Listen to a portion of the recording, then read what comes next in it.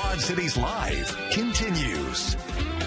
An exciting milestone as a major advancement in heart care has arrived in the Quad Cities. This summer, UnityPoint Health Trinity Heart Center performed the region's very first leadless pacemaker procedure. It is a groundbreaking technology that helps regulate the heartbeat without the traditional wires used in standard pacemakers. Joining me today are Dr. Helbert Acosta, the cardiovascular specialist who performed the procedure, and Kristen Stock, nurse manager of invasive cardiology at Trinity Heart Center. Welcome to both of you. Thank you for being here. Thank you very much, Morgan. And congratulations to your team. Thank you so much. Yes, really excited. this is so exciting. To have this technology available. Yes, it's a big deal for the Quad Cities and for heart patients. Let's start, though, Dr. Acosta, with some of the basics. Can you just tell us the difference between a traditional pacemaker that, you know, people are used to hearing about and this one?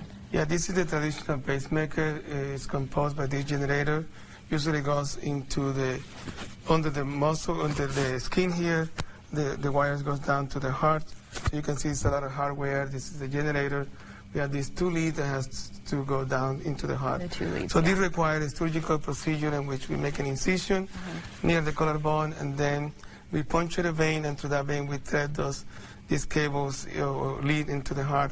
Then we connect it to the pacemaker. Okay. Put the pacemaker under the skin, and then we suture. So it's a surgical procedure. Okay. That has the potential for some complications. So we've been doing this for years, and patients have been benefiting from these devices, but there's always a chance to have complications. And the leadless looks very different, so we've also got that just sitting on the table right now, smaller than a AA battery. Yeah, this is the new leadless pacemaker. It's a dual chamber, so we have 2 devices. One of them goes to the right bottom chamber, which is this one. Wow. And this one goes to the right upper chamber. Because it's very small. It's amazing that this device has all the features and functions of the standard pacemaker. Have everything in there, all the circuitry and computerized system, and the battery that lasts 10, 12 years, similar to the standard pacemaker. Yeah, it's amazing to see in person. So thank you, first of all, so much for bringing these for people to look at. It's amazing to see it in person, at least for me.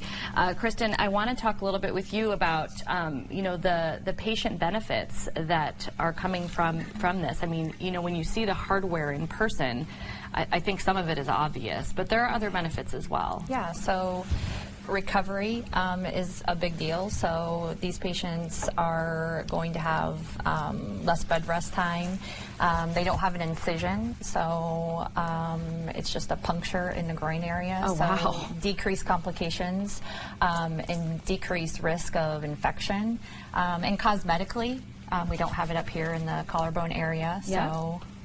That is very true, and that's something I thought about when Dr. Acosta was kind of showing us outside of his jacket is, you know, if you do know anybody that does have a pacemaker, a traditional pacemaker, that is something that you see under the skin. Of course, it's not a very big deal. It is a life-saving technology on its own, but it's just so crazy to see the technology change in such a dramatic way. Yeah, it's a game changer in the treatment of patients, but needing pacemaker is a really advancement in medicine has been great for us to have available to offer to the patients in the Quad Cities. Are there specific, you know, patients that this would be better for than other heart patients? Yeah, it's still, you know, it's not implanted in every patient, so the circumstances in which we think it's a more benefit to use this little pacemaker.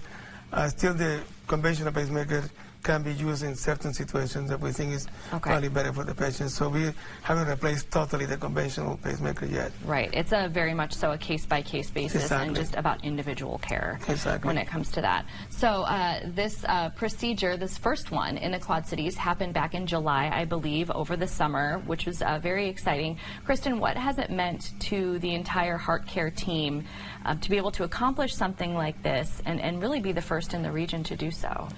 So at UnityPoint Trinity, we strive to do what's best for our patients all the time. We are nationally recognized for the care we deliver, from the nursing staff to the physicians.